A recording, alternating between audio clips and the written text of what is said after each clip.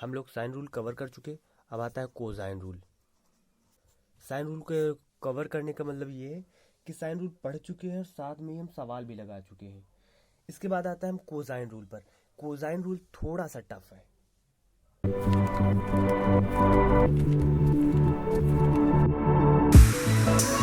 थोड़ा सा टफ है अगर आपने दिमाग लगा लिया, क्योंकि इसमें आपको फॉर्मूला ज़्यादा देखने को मिलेंगे।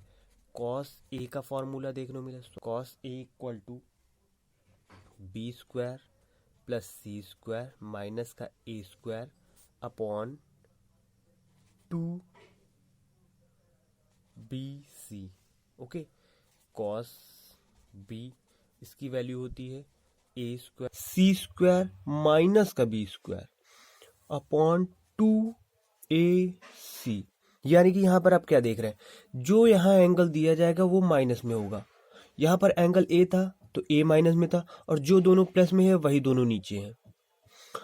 इसी तरीके कॉस सी का क्या होता है, जैसे सी है यहाँ पर तो आप इसी हिसाब से देखिए A square plus B square minus का सी स्क्वायर होगा upon 2ac, sorry A B.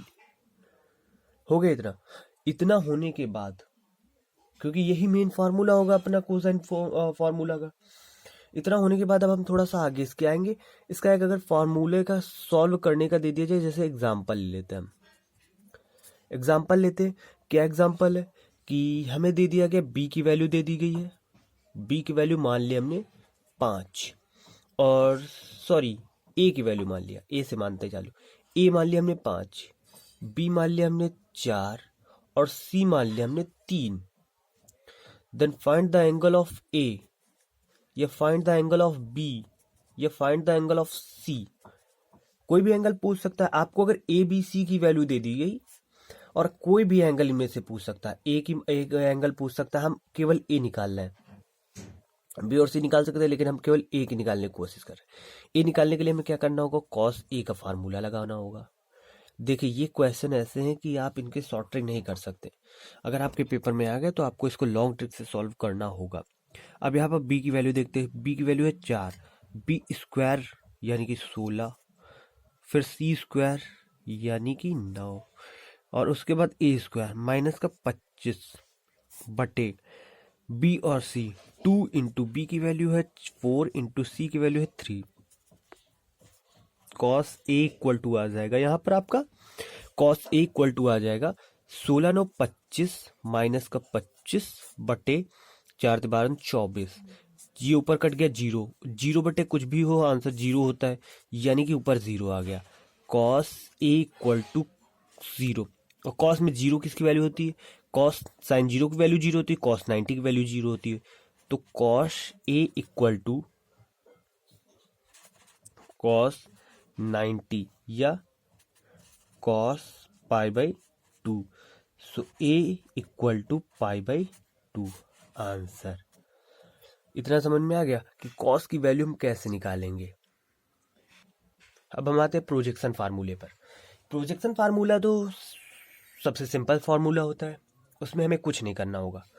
केवल अगर आपको याद है, जैसे हम बता रहे हैं आपके लिए, ए दिया गया है ए, सो अगर ए यहाँ पर आ गया है तो बी के साथ कॉस सी आ जाता है, प्लस सी के साथ कॉस बी आ जाता है, बी के साथ कॉस सी आ जाता है और सी के साथ कॉस बी आ जाता है। और अगर बी दे दिया गया, बी के साथ आ जाता है। अगर बी यहाँ पर आ गया तो सी के साथ कॉस ए आ जाता है और ए के साथ कॉस सी आ जाता है। सी अगर दिया पूछा गया है तो आपको ए के साथ कॉस बी आएगा और बी के साथ कॉस ए आएगा। ये 3 फार्मूले होते हैं प्रोजेक्शन फार्मूले। प्रोजेक्शन फार्मूले में क्या होता है, जैसे एग्जाम्पल हम ले लेते हैं। एग्जाम्पल एक लेते हैं, इससे हम समझाते हैं कि एग्जाम्पल में क्या होगा कैसे होगा। जैसे लेट बी की वैल्यू, हमें ए की वैल्यू फाइंड करनी है, या बी की वैल्यू कुछ भी कर सकते हैं। ए की वैल्यू फाइंड करनी है, बी हमें दे दिया गया है 5 और सी दे दिया गया है हमें 2, और एंगल ऑफ बी दे दिया गया है हमें 45 और एंगल ऑफ सी दे दिया गया 45। लेट कर रहा है, लेट रिज्यूम। अब पूछ रहा है आपसे ये ट्रायंगल है, इसमें आपको ये भुजा की वैल्यू दे दी गई है, ये भुजा की वैल्यू दे दी गई, इसकी पूछ रहा है, सॉरी इसकी पूछ रहा है, इसकी पूछ रहा है, ये दे दी गई, ये दोनों दे दी गई। और एंगल आपको कौन कौन से दे दिए गए हैं? एंगल आपको बी वाला दे दिया गया, सी वाला दे दिया गया, बी वाला दे दिया गया है। आपको बी और सी ये दोनों एंगल दे दिए गए और ये दोनों भुजा दे दी गई। आपसे ये पूछ रहा है, सो यहाँ पर हम फार्मूला डायरेक्ट प्रोजेक्शन फार्मूला लगा देंगे। सो बी की value 5, angle of B sorry angle of C कितना दिया गया 45 into 1/√2 plus C 2 into angle of 45 हो गया, तो यहाँ पर आ गया 1/√2। ये इतना कंप्लीट है। इसके बाद इसका एलसीएम सेम आएगा, 5 + 2 इज इक्वल टू 7/√2 आंसर। अब हम आते हैं टेंजेंट रूल पर। टेंजेंट रूल में कुछ फार्मूले होते हैं, वैसे इनको हम सॉल्व करके आपको बता सकते हैं, लेकिन आप डायरेक्ट याद कर ले तो ज़्यादा बेटर होगा, क्योंकि इसको सॉल्व करने से बहुत ही झंझट होगा। इसको समझने के लिए इसके लिए डायरेक्ट याद कर सकते हैं। tan a minus B upon 2, जब tan a minus B upon 2 दिया हो तो इज इक्वल टू इसके बराबर होता है a minus B upon a plus B, a माइनस tan a minus B upon 2 इतना दिया हो इज इक्वल टू होता है a minus B upon a plus B cot, tan वाले में कॉट आ जाता है, कॉट c/2, कॉट c/2 इतना होता है।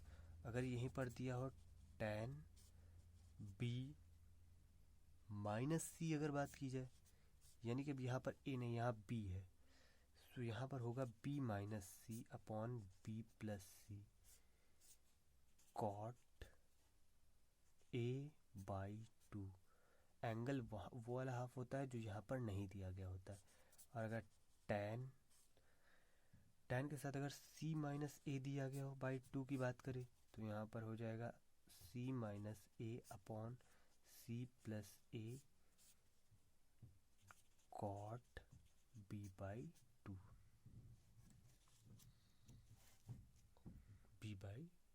कंप्लीट। इतना कंप्लीट होने के लिए यही आपके टेंजेंट रूल होते हैं, टेंजेंट रूल बोल सकते हैं, या इसी को हम बोल सकते हैं अपने क्या कि नेपियर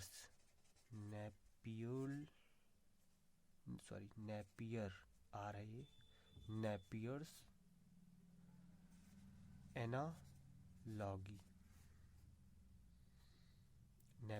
एनालॉगी। ओके, इसी को हम या तो बोल देंगे टेंजेंट रूल या नेपियर्स एनालॉगी। कंप्लीटेड।